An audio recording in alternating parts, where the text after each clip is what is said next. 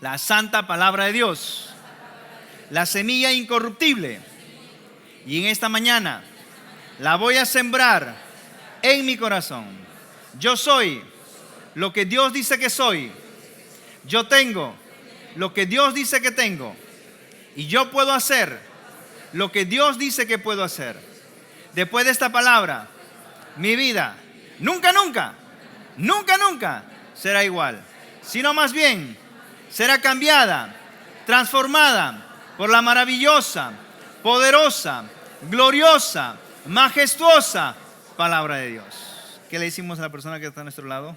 Mente alerta ahí, corazón receptivo. Gloria a Dios. Bien, como dijimos al inicio, estamos en un curso titulado Pacto de Sangre y hoy entramos en la lección número 23 y hemos visto ya la semana pasada las razones por las cuales Dios estableció el pacto con Moisés y el pueblo de Israel.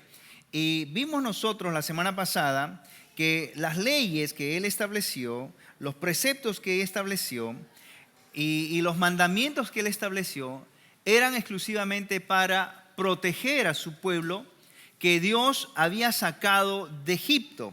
Y dijimos de que Dios los sacó de un sistema en el cual ellos vivieron y vivían y los llevó a otro lugar, pero no para que sigan viviendo el mismo sistema de vida que vivían los pueblos de alrededor. Y nosotros vimos a través de la palabra de Dios cuáles eran las costumbres de los pueblos que practicaban continuamente. Y por esa razón Dios establece un pacto con el pueblo de Israel donde Él les da la ley, donde Él al darles la ley establece preceptos, mandamientos, estatutos en la cual el pueblo de Dios podía diferenciar entre lo que era bueno y lo que era malo. Donde ahora el pueblo de Dios podía diferenciar entre lo que es puro y lo que es impuro, entre lo que es santo y lo que es profano, entre lo que es bueno y lo que es malo, porque el pueblo de Dios no tenía conocimiento acerca de estas cosas. No tenían una Biblia anteriormente. El pueblo de Israel no tuvo un libro en el cual podía guiar su vida. El pueblo de Israel no tenía un líder en ese momento que guiara sus vidas o les predicara. El pueblo de Israel tampoco tenía el Espíritu Santo dentro de sus vidas, porque todavía no era el tiempo. El pueblo de Israel estaba, en otras palabras, en nada. No conocía la voluntad de Dios. Es más, ni aún siquiera conocían a Dios, porque vivieron muchos años en esclavitud. Y cuando Dios los saca de Egipto y los lleva a la tierra que fluye leche y miel, en esa tierra, como dijimos, habían pueblos cuyas costumbres no eran correctas ante los ojos de Dios. Y vimos que la misma Biblia dice que las costumbres malas de los pueblos llevaron a los pueblos mismos a que ellos puedan desaparecer, porque la paga del pecado es muerte. Y la misma Biblia dice que la tierra vomitó sus moradores. En otras palabras, ellos recibieron las consecuencias de sus malos actos, de lo que ellos mismos estaban practicando. Lo vimos eso la semana pasada y nos quedamos en que la ley mostraba tres cosas a través de ella. Y una de ellas era que la ley mostraba la santidad de Dios, porque Dios es un Dios santo. También dijimos que la ley mostraba la pecaminosidad del hombre y su incapacidad para poder agradar a Dios en la carne. La Biblia dice que la única manera de agradar a Dios es, ¿qué dice? Sin fe es imposible agradar a Dios. ¿Cómo podemos agradar a Dios? ¿En la carne o en el espíritu? En el espíritu. La única manera de conocer a Dios no es a través de la carne, no es a través de las emociones, es a través de nuestro espíritu.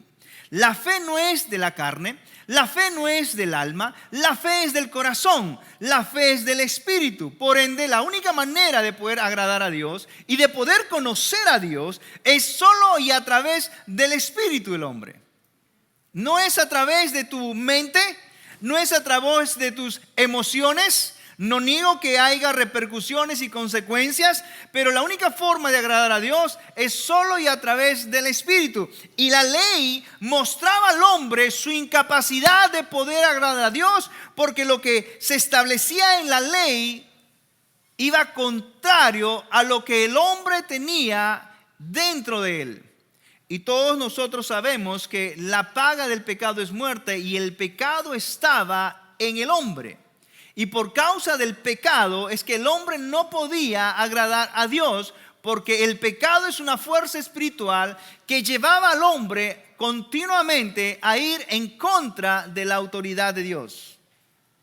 Por eso dije que la ley mostraba la pecaminosidad del hombre. En otras palabras, ¿no? Cuando tú le dices a un niño, no lo hagas, ¿qué hace el niño? ¿Qué hace? Si tú le dices, no compres, ¿qué hacen?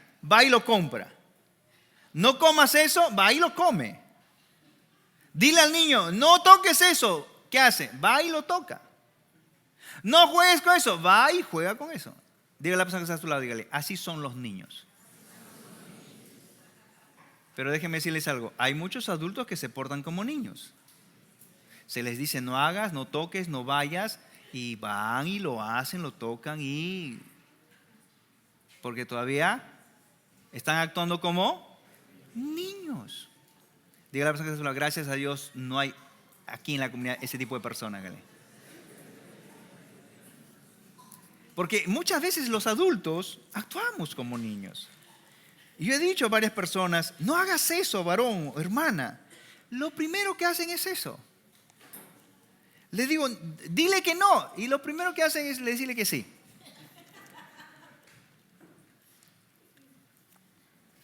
Yo le dije a una hermana, no está aquí en la comunidad, así que no vayan a mirarse a ver a quién le está diciendo. No está en la comunidad. Y tenía problemas con el marido la maltrataba demasiado a ella. Le dije, sálgase de la casa porque en cualquier momento la puede matar. La persona se salió de la casa y después de 3 meses el esposo va y la busca. Y yo le dije a la hermana, no regrese con él hasta que no vea cambios. Solo regrese con él si es que encuentra que se ha arrepentido y hay cambios. Le estuve avisando, aconsejando con mi esposa, estuvimos hablando y lo primero que hizo fue regresar con él. Y no vio los cambios. Y luego volvió la misma historia a repetirse. Y le dije, pero le dijimos, sí, pero pastor, pero yo creí que había cambiado. Pero ¿en qué momento vio si usted en 3 meses no vio que si cambió o no? Es que pasa es que vino llorando y él nunca ha llorado, dice, ¿no? Y piensa que porque lloró ya cambió, pero no es así. Amén. Entonces, la ley mostraba la pecaminosidad del hombre y su imposibilidad de agradar a Dios. Y la única forma de agradar a Dios es a través del Espíritu y no a través de la carne. Y el tercer punto, la cual la ley nos mostraba, era a Cristo. La ley nos lleva a Cristo, por eso nos muestra a Cristo, porque nos va a llevar que la única solución a tu problema es Cristo Jesús. Pero no solamente Dios declaró la ley y dijo, bueno, veamos qué hace el pueblo de Israel.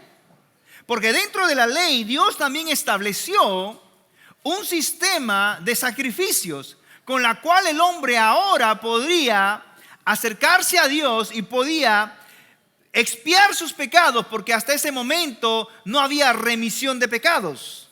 Y Dios establece un sistema de sacrificio donde establece que cuando una persona peque, cuando una persona o vaya en contra de la ley, o rompa la ley, o quebrante la ley, la persona puede acercarse a Dios trayendo ahora un sacrificio, y a través del sacrificio la persona pueda hacer lo que ya habíamos hablado anteriormente en lo que era el pacto, donde la persona depositaba su culpa sobre el inocente animal y la inocencia del animal era traspasada al hombre culpable. Lo estudiamos esto en el curso de discipulado en la lección número 8 y 7, en lo que es la santificación y la justificación.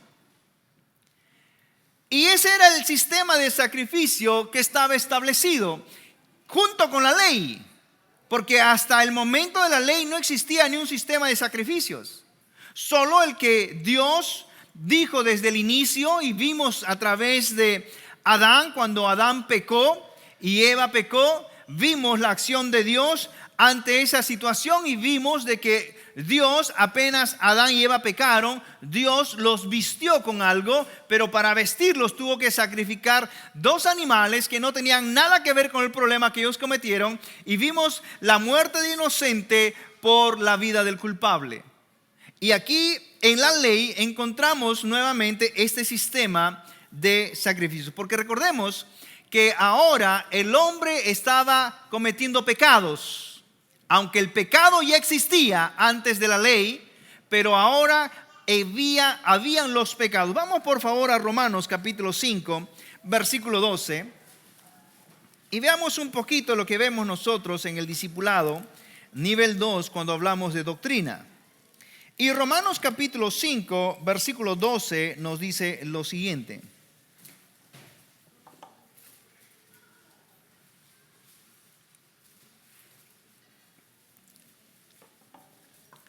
Por tanto, como el pecado entró en el mundo por un hombre, y por el pecado entró la muerte, así la muerte pasó a todos los hombres por cuanto todos pecaron. Pues antes de la ley, ¿qué dice? Había pecado en el mundo, antes de la ley. El pecado, mis amados hermanos, que entró al mundo, no eran las acciones. Las acciones negativas del hombre se les llama pecados. Pero hay una diferencia entre pecado y pecados. Cuando hablamos de pecado se refiere a algo diferente a las acciones negativas del hombre, que son los pecados. Y la Biblia hace una diferencia entre pecado y pecados. La Biblia dice que antes de que existiera la ley había pecado. ¿De qué trata el pecado? El pecado se trata de la naturaleza misma de maldad adquirida por el hombre a través de la desobediencia que él tuvo o hizo en el huerto de Edén. La Biblia dice que cuando Adán pecó, él murió. En otras palabras, Adán pasó de vida a muerte. Y la muerte, la oscuridad, fue ahora su propia naturaleza. Y esa misma naturaleza pasó a todos los hombres. La misma naturaleza del diablo. Porque la Biblia establece, vosotros sois de vuestro padre el diablo, hablando de la gente sin Cristo. Hablando de la gente que no conoce de Dios. No que haya oído de Dios, porque todo el mundo ha oído de Dios. Pero no todo el mundo conoce de Dios. Una cosa es conocer a alguien y otra cosa es saber de alguien nada más, o oír de alguien. La gran mayoría aquí han oído del pastor, saben algo del pastor, pero no todos me conocen a mí. De la misma manera ocurre con Dios. La gran mayoría sabe de Dios, pero no todos conocen a Dios. Son dos cosas completamente diferentes. Y Dios quiere que lo conozcamos. El hecho es, dice, por tanto, como el pecado entró en el mundo, significa que en el mundo no había pecado. Porque así creó Dios la tierra, sin pecado. Pero el pecado entró porque estaba ya en un lugar. El pecado no apareció de la noche a la mañana. El pecado entró en el mundo porque alguien le abrió la puerta se introdujo en la tierra por causa de un hombre, Adán. No es que muchos piensan que el pecado se refiere al acto sexual. Piensan que el pecado es el pecado original, la sexualidad. Y eso no es cierto. En ninguna parte de la Biblia habla de eso. El pecado original que muchos hablan es simplemente la desobediencia que el hombre tomó ante Dios. Porque Dios le dijo, no comas de ese árbol. ¿Y qué hizo el hombre? Comió del árbol. Es más, sabemos y lo hemos repetido varias veces que el hombre comió del árbol ante el árbol que estaba al lado del árbol que estaba comiendo. Porque la Biblia dice que en medio del huerto habían dos árboles. En otras palabras, el árbol de la ciencia del bien y del mal. Pero no solamente estaba ese árbol ahí, sino también estaba el árbol de la vida. Y Dios le dijo al hombre, no comas de ese árbol porque ciertamente morirás. Pero al lado de ese árbol estaba el árbol de la vida. Y frente a ambos árboles, Adán tuvo que tomar una decisión. Y aún ante el árbol en el cual él se encontraba, que era el árbol de la vida, Adán tomó la decisión de desobedecer. Ese es el pecado. Y por causa de eso, como dice la Biblia, Romanos 5:12, el pecado entró en el mundo. Significa que el pecado ya estaba en algún lugar, pero entró en el mundo por un hombre y por el pecado entró la muerte. Adán pasó de vida a muerte. Sus ojos espirituales se cerraron, sus ojos naturales se abrieron y vio que estaba desnudo. Porque el pecado es diferente a pecados. Los pecados son las consecuencias del pecado. Por eso le decimos a la gente que la gente sin Cristo es pecadora, mas el creyente no es pecadora. La gente sin Cristo comete pecados porque tiene una naturaleza de pecado. No le puedes pedir camisa Tarzán. No le puedes decir a esas personas no hagas esto porque lo van a hacer, porque hay una fuerza espiritual dentro de ellos que los conlleva continuamente a cometer cosas que no deben ser. Pero el creyente ya no tiene esa fuerza espiritual negativa. Ya el pecado ha sido quitado del creyente. ¿Cuántos dicen amén? La Biblia dice que Él quitó el corazón de piedra. Por eso en el Nuevo Testamento encontramos que fuimos circuncidados del corazón. La circuncisión de la cual se habla tiene que ver con la del corazón. Fue quitado el pecado. Fue arrancado y extirpado. Ya no hay esa fuerza que te conlleva a pecar. Eres libre. Por eso nos gusta cantar que somos libres. Las cadenas del pecado, Él las rompió. Y ya el pecado no está en nosotros.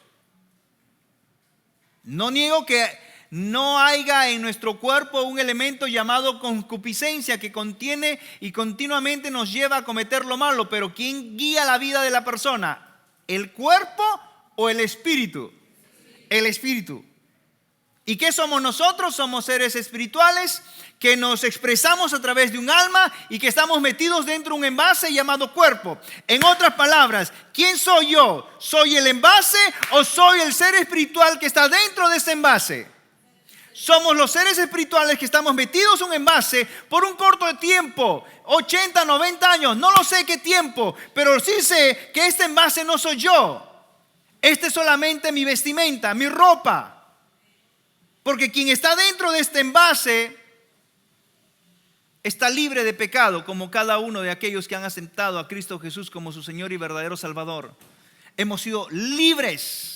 Y somos seres espirituales que estamos metidos en este cuerpo. Este cuerpo, no niego que tiene ese elemento que dije llamado concupiscencia, que continuamente nos quiere llevar, inclinar a hacer lo malo. Pero, escúcheme bien, ¿quién guía al cuerpo?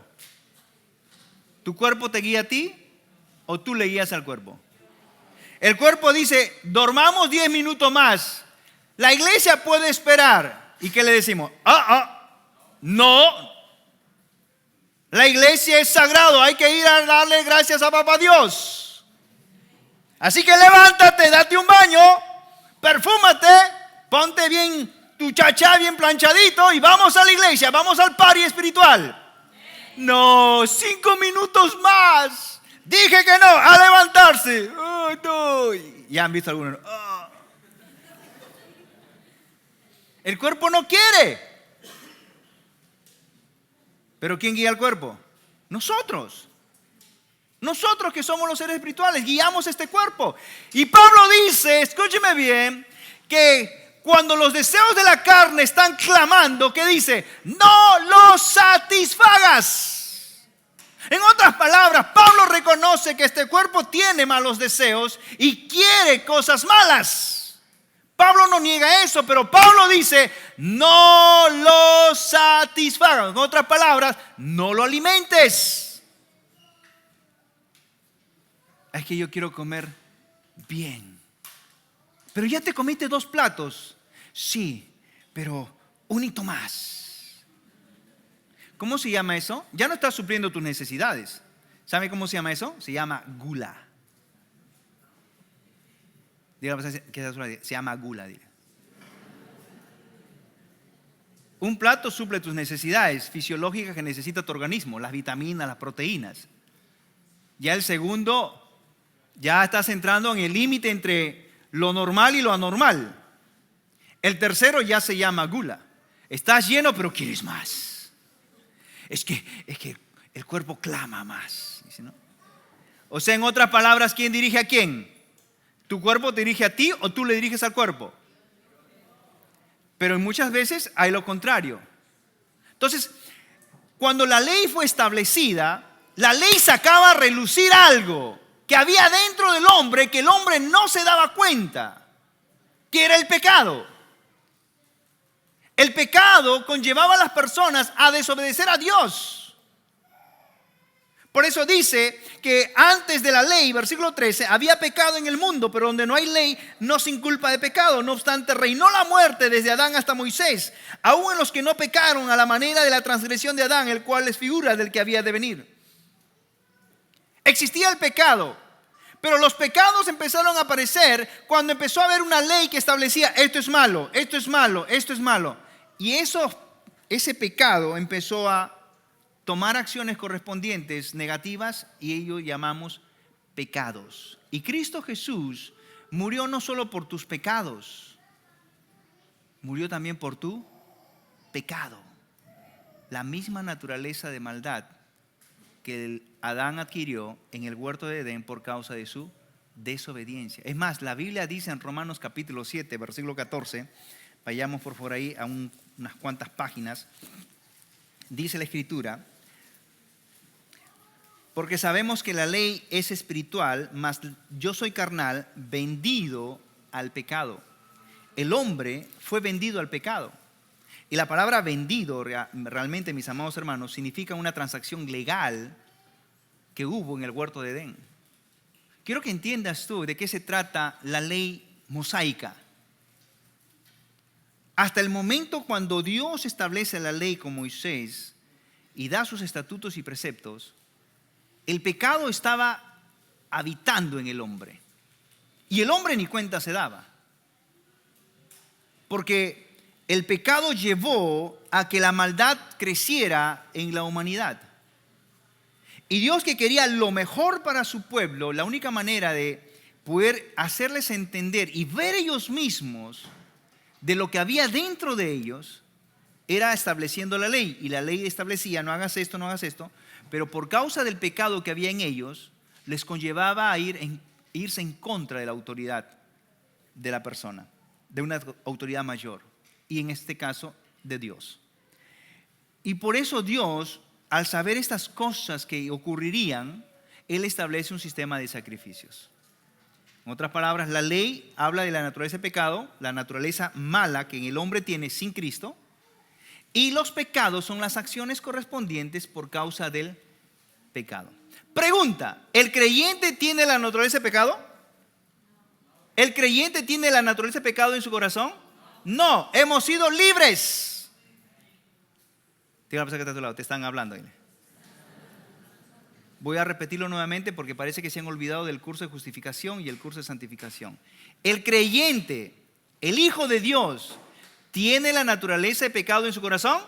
No, la Biblia dice que el corazón de piedra fue quitado, fue puesto un corazón nuevo y Dios puso su espíritu dentro del creyente. Por ende, la naturaleza de pecado no está en nosotros. Dije en nosotros, pero nuestro cuerpo tiene un elemento que es diferente. Amén. Por lo tanto, si la naturaleza de pecado ya no está en el creyente, ¿cómo le llamamos a los actos negativos que comete el creyente? Vamos a hablar de la gente sin Cristo, para que puedan ver la parte contraria. La gente sin Cristo tiene la naturaleza de pecado, y los actos que cometen se llaman pecados porque son el resultado del pecado. Amén. Muy bien, el creyente ya no tiene la naturaleza de pecado. ¿Cómo se llaman los actos que comete el creyente?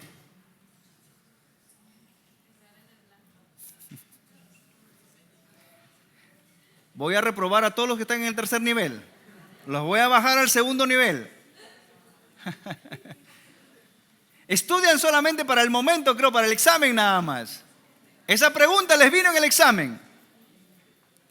Bien, vamos a hacerles repasar, a recordar, ¿no? Porque así como Dios es misericordioso conmigo, yo también con ustedes. Se van a quedar en su mismo nivel, no los voy a bajar. Se llama desobediencia.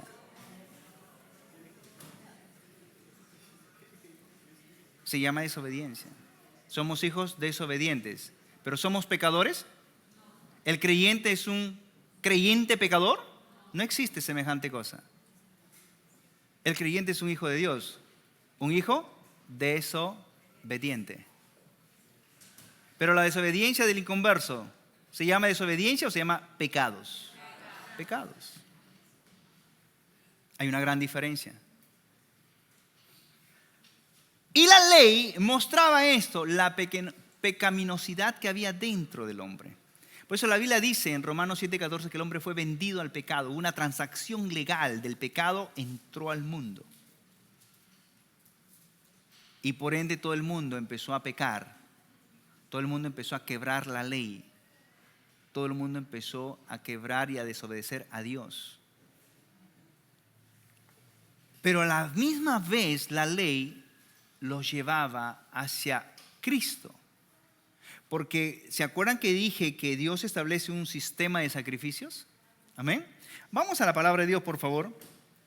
Y vamos al libro de Hebreos, capítulo 10, versículo 6. Aquí en el Nuevo Testamento se está hablando algo del Antiguo Testamento. Y Hebreos 10, versículo 6, dice lo siguiente.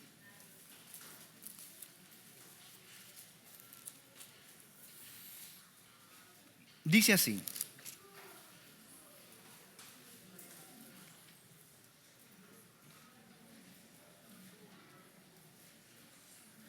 holocaustos, estamos leyendo versículo 6 del libro de Hebreos capítulo 10. Holocaustos y expiaciones por el pecado no te agradaron. Entonces dije, he aquí que vengo, Dios, para hacer tu voluntad.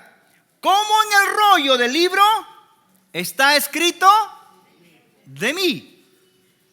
Toda la ley, mis amados hermanos, y todo el Antiguo Testamento hablan acerca de Cristo. Y la ley, cuando dije que Dios establece el sistema de expiación, recuerden que mencioné que ese sistema de expiación trata en que para poder acercarse a Dios o el perdón de sus pecados, Dios establece que el hombre tenía que traer un animal y el animal tenía que ser sacrificado. Pero antes de sacrificar el animal, la persona culpable se acercaba al animal y ponía sus manos sobre el animal, donde el pecado del hombre era traspasado al animal y la inocencia del animal traspasaba al hombre. Y el hombre quedaba expiado de sus pecados. Expiar no significa quitar, expiar significa cubrir. Dios establece esto en el Antiguo Testamento, pero en el Nuevo Testamento ya no hay expiación. En el Nuevo Testamento existe otra palabra para el hombre y se llama remisión de pecados. La remisión es el remover el pecado de la persona. En el Antiguo Testamento solo existía la expiación, lo que cubría el pecado. Pero en el Nuevo, la remisión quita, limpia, saca. Y cuando dije que la ley apunta a Cristo, lo que Dios le estaba mostrando al pueblo de Israel, que iba a venir alguien a representar al hombre. Durante todo el sistema de sacrificios se practicaba uno anualmente que era el día de la... Se me fue este nombre. La Pascua. Y en la Pascua se sacrificaba un cordero, dando a entender a través de toda la ley que iba a venir un día alguien quien iba a tomar el lugar del hombre. Por eso cuando Juan el Bautista ve a Jesús y dice, he ahí el Cordero Pascual que quita el pecado del mundo. Porque a través de todos los años y por medio de la ley, Dios estaba apuntando al pueblo de Israel que vendría alguien a representarlo a él, al hombre, y que iba a morir por el hombre, en la cual el hombre iba a poner sus pecados sobre él y él iba a dar su inocencia a ellos. Y eso fue Cristo Jesús. O sea, la ley tenía esas estos objetivos de enseñar al pueblo de Israel la santidad de Dios, su naturaleza de Él mismo y su incapacidad de agradar a Dios, y a la vez lo llevaba a Cristo, para que el hombre pueda tomar una decisión por Cristo. La pregunta es, ¿la ley me ayudará a mí a conocer a Dios? Porque muchos quieren estudiar la ley. Es que queremos conocer más a Dios. Pero déjame decirte, la ley nunca te dará conocimiento de Dios. Nunca. Te dará una parte, pero no te va a llevar a conocer a Dios. La ley te va a llevar a conocer, ¿sabes qué? La pecaminosidad que hay en el hombre sin Cristo. La Biblia lo establece. La ley no te lleva a conocer a Dios, te lleva a conocer que hay pecado en ti y que necesitas un Salvador, Cristo Jesús. Eso es lo que hace la ley.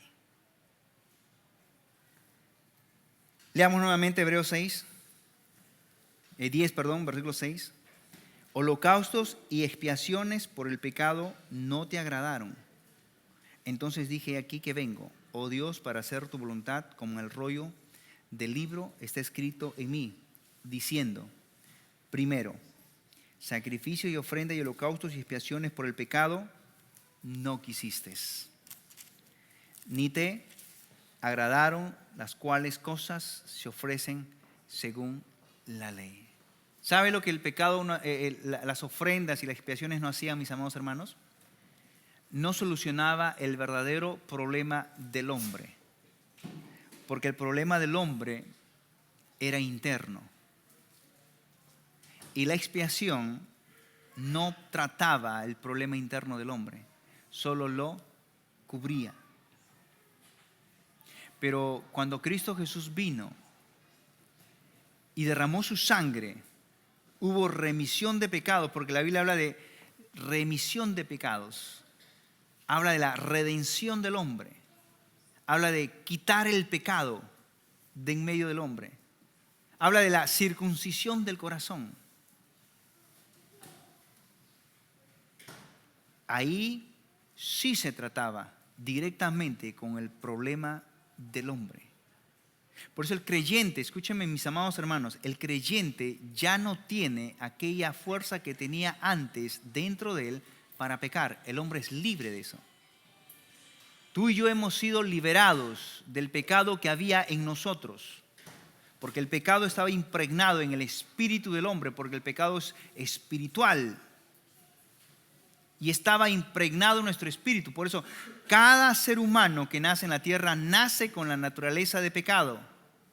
Y ustedes van a ver los primeros síntomas y manifestaciones del pecado en los bebés. ¿Quién le enseñó al bebé a manotear al papá y a la mamá cuando le están dando de comer? Si en casa nadie practica eso. ¿De dónde aprendió? ¿No dicen que nuestros hijos hacen lo que ven a sus padres?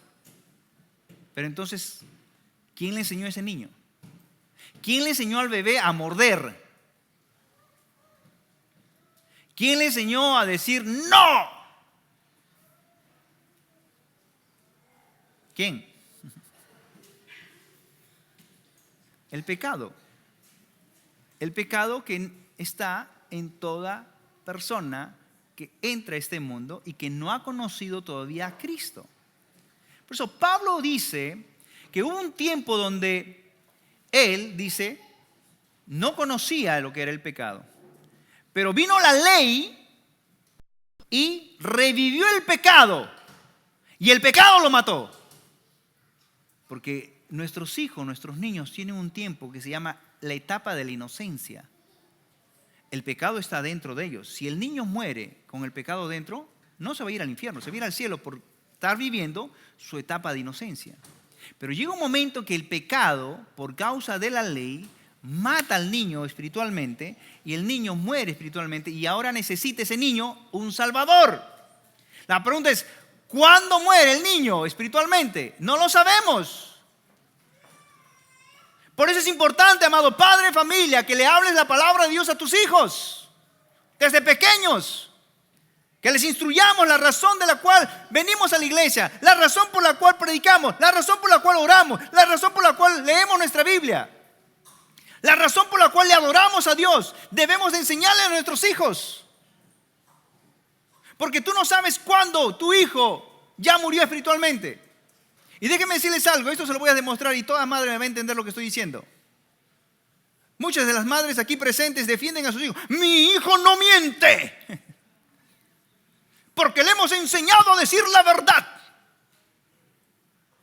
Y mi hijo y mi hija no mienten, ellos jamás han mentido. Por lo tanto, yo le creo a mi hijo. Y ponen sus manotas ahí en el fuego por sus hijos.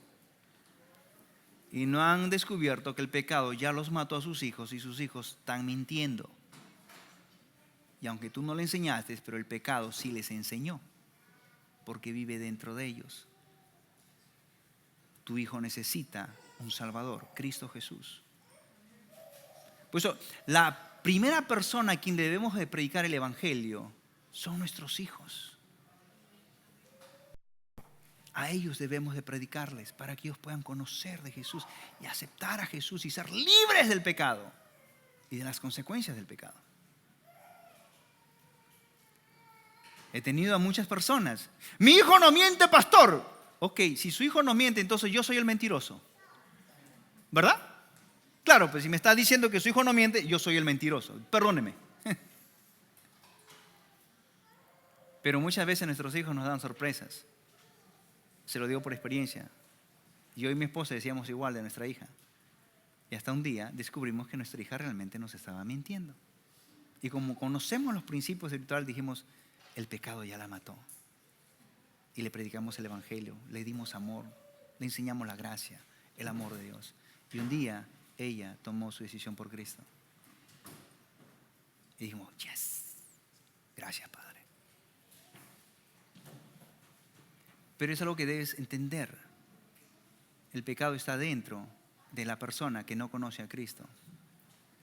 Y la persona tiene que tomar su propia decisión de aceptar a Jesús.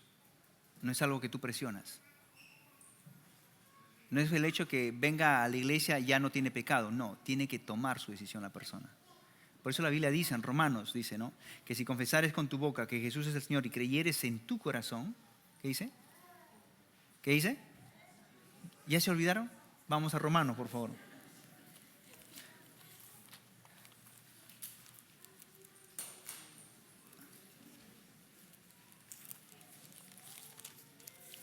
Vamos al libro de Romanos, capítulo 10. Vamos a la Biblia para que puedan ver qué dice y no piensen que yo estoy inventándome algo. Dice, versículo 9, que si confesares con tu boca que Jesús es el Señor y creyeres en tu corazón que Dios le levantó de los muertos, entonces eres salvo. Son dos cosas, creer en el corazón y hablarlo. Si tu hijo todavía no ha creído, entonces no puede hablarlo, por ende todavía no es salvo. Por eso es importante que le prediquemos el Evangelio continuamente. Ellos son nuestra prioridad en casa. Creo en el evangelismo, pero el mejor evangelismo es el de casa, donde nuestros hijos puedan haber tomado su decisión por el Señor. Porque el pecado está ahí. Porque la naturaleza del pecado está en toda persona que nace de nuevo. Si el niño muere en su estado de inocencia y teniendo él el pecado, se va al cielo por su estado de inocencia, porque todavía no ha muerto espiritualmente. Por eso necesita un Salvador. Y dijimos que la ley era lo que traía esto. Daba conocimiento al hombre de su pecaminosidad. Pero a la vez lo llevaba a Cristo, porque en la ley encontramos el sistema de sacrificios, de expiaciones, y continuamente se mostraba al hombre que vendría alguien a reemplazar su vida y a poner su vida por ellos. Por eso cuando Juan lo ve a Jesús le dice, he ahí el Cordero Pascual que quita el pecado del mundo. Eso es lo que hace la palabra de Dios y esto es lo que nos muestra en la ley, esto es lo que nos muestra. Y la Biblia llama el antiguo pacto, ¿no? La Biblia llama el antiguo pacto Y cuando la Biblia llama al antiguo pacto, no se está refiriendo al pacto edénico, porque si bien ustedes recuerdan, hablamos que el primer pacto que existió fue el de Edén. Y luego el siguiente pacto, el adámico. El tercer pacto, el noético. El cuarto pacto, el abrámico. Y estamos en el quinto pacto. Cuando la Biblia habla del antiguo pacto, no se está refiriendo al de Abraham, ni al de Adán, ni al de Noé, ni al de Edén. Se está refiriendo a la ley. Cuando ustedes lean el Nuevo Testamento, ustedes van a encontrar el antiguo pacto se está refiriendo exclusivamente a la ley. Ahora, en la ley nosotros vamos a encontrar una mezcla de dos cosas muy importantes que debemos de canalizarlos. Número uno, vamos a encontrar muchas bendiciones y a la vez vamos a encontrar muchas maldiciones. ¿Han visto eso? ¿Cuántos han visto en la ley? Bien, ahora déjenme decirles algo. Las bendiciones que están ahí establecidas, no es, escúcheme bien, no es que ahí recién entra la bendición. No, porque esas palabras que están en la ley, en cuanto a lo que es prosperidad, en cuanto a lo que es bendición, son exclusivamente relacionadas con el pacto previo, que es el pacto abrámico. Recuerden lo que Dios le dijo a Abraham. Serás de bendición. Serás esto, serás esto. 7 promesas le da Dios a Abraham. Y vimos a través de la vida de Abraham y de su descendencia cuán prósperos fueron. Esas palabras están introducidas en la ley. Y no es que porque se dio la ley recién está eso ahí. No. Sino más bien ahora en la ley se añaden cosas. Las consecuencias de no buscar de Dios. Las consecuencias de quebrar la ley. Esas cosas se añaden ahí. La pregunta es si tú y yo estamos en la ley o estamos en la gracia. Pero muchos todavía creen que estamos en la ley. Y muchos piensan que la prosperidad va a ser por causa de cumplir la ley. Y la prosperidad del hombre no es por causa de cumplir la ley.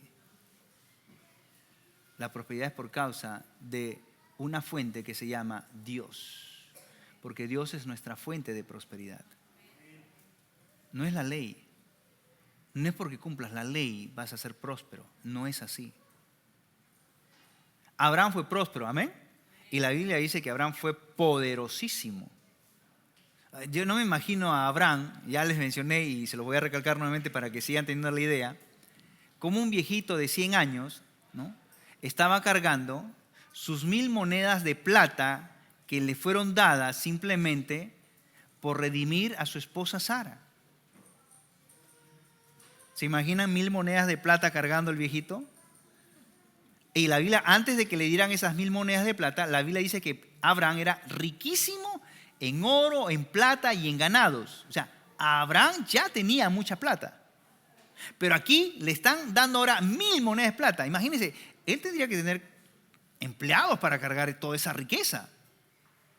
La Biblia dice que era poderosísimo. O sea, la prosperidad de Abraham fue por causa de cumplir la ley. No, porque no existía la ley. O sea, quiero que tú entiendas, mi amado hermano, cuando hablamos de pacto, quiero que entiendas que dentro del pacto en la cual nosotros estamos hablando, está algo que Dios estableció. Fue la prosperidad de la persona. Le dijo, ven a tal lugar, quiero hacer yo esto contigo. Y lo que Dios quiso hacer con Abraham fue cosas prósperas. No fueron cosas malas. Y por ende, cuando Dios te llamó a ti a su reino, no fue para darte cosas malas, fue para darte cosas buenas, para llevarte a un nivel mayor, para poder demostrar a la tierra quién eres tú unido con Dios, porque somos gente de pacto. Y la prosperidad es parte de un hombre con pacto con Dios. Y recuerden que hemos dicho que existen falsos conceptos en cuanto a pactar con Dios. No existe semejante cosa. El hombre no puede pactar con Dios. Es imposible que el hombre pacte con Dios. La Biblia habla que Dios establece su pacto con el hombre. Es Dios el iniciador del pacto, no el hombre. Y por eso dijimos y estamos enseñando estas cosas para que el hombre pueda entender que por la falta de revelación en cuanto a lo que es el pacto, se han levantado enseñanzas completamente antibíblicas. Y hay tanta gente ignorante, creyentes, que enseñan cosas raras en la televisión y en la radio. Traiga su pacto, haga un pacto con Dios, traiga su pacto. Y están pidiéndole dinero. Eso no es bíblico. Eso no se hace. Y el creyente, por falta de revelación de la palabra de Dios, va y hace su pacto, supuestamente. Va y entrega su dinero, va y entrega su casa, va y hace cosas. Y eso no es real, eso no es bíblico, eso no es cierto. Y es que la falta de conocimiento nos lleva a cometer cosas que no son bíblicas. Dios por eso nos enseña su pacto. Su pacto está incluida la prosperidad, porque Él llamó a Abraham para hacerlo próspero. Ven, quiero hacer de ti una nación grande. Quiero hacer de ti, engrandeceré tu nombre. Serás próspero, serás de bendición. Tú bendecirás a las naciones. Es lo que Dios quiere hacer contigo y con tu descendencia. Es lo que Dios quiere hacer con cada uno de nosotros. De eso se trata el pacto. Es más, dentro de la ley se recordó algo, y vamos a Deuteronomio, por favor.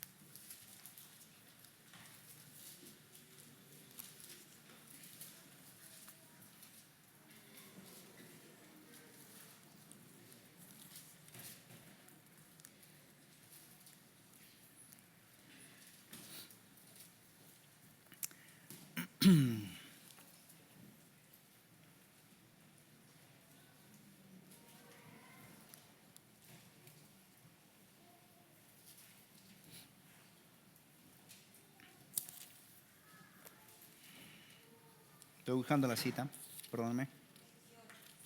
¿Perdón? No, estoy yendo a otra cita. Donde dice, pasa que ya no me gusta marcar mi Biblia, porque quiero aprender a recordarme, donde dice que Él establece su pacto, donde nos da la habilidad de hacer riquezas.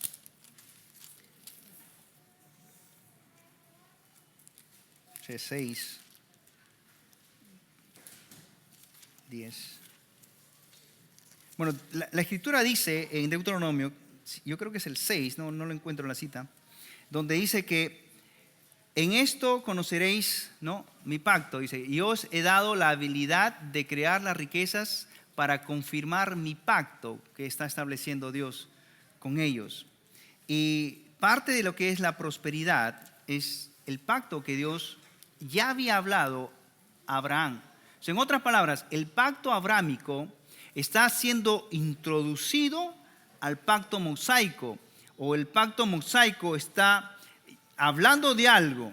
Pero recuerden, Dios no está estableciendo, añadiendo algo al pacto abrámico. No, Dios está estableciendo algo específico en la cual le está diciendo al pueblo de Israel, no hagan esto por causa de su protección, para su protección, pero a la vez dentro de esa ley, Dios introduce los parámetros del pacto abrámico. ¿Y cuántos saben que nosotros, aún en el pacto en el cual nos encontramos, que es el nuevo pacto, aún tenemos lo del pacto de Abraham? Porque somos, dice, hijos de Abraham por medio de la fe. O sea, dentro del nuevo pacto, tú y yo, mi amado hermano, estamos recibiendo las bendiciones de Abraham. Y por eso es importante que nosotros entendamos lo que realmente significa la ley. ¿Para qué ha sido establecida? No ha sido establecida para guiar al hombre. La ley no ha sido establecida para guiar al hombre. La ley no ha sido establecida para conocer a Dios. La ley ha sido establecida para que el hombre conozca el pecado que hay en él. Por eso Pablo dice que la ley fue dada no para el justo. Vamos a la palabra de Dios. Déjeme buscar la cita. Sé que es el versículo 9. 8:18 de Deuteronomio, ¿verdad? Sí, muchas gracias. Deuteronomio 8:18, cuando habla de, en esto confirmaré mi pacto. Si no, acuérdate de Jehová tu Dios, porque Él te da el poder o la habilidad para hacer las riquezas, a fin de confirmar su pacto que juró a tus padres, como en este día. Le juró a sus padres. ¿A quiénes padres? A Abraham. O sea, la prosperidad o la habilidad para hacer riquezas no tiene nada que ver con la ley, tiene que ver con el pacto que se estableció con los padres de ellos. ¿Quiénes eran? Abraham. Amén. Entonces, quiero que vayamos a, si no me equivoco, Filipenses, capítulo 1.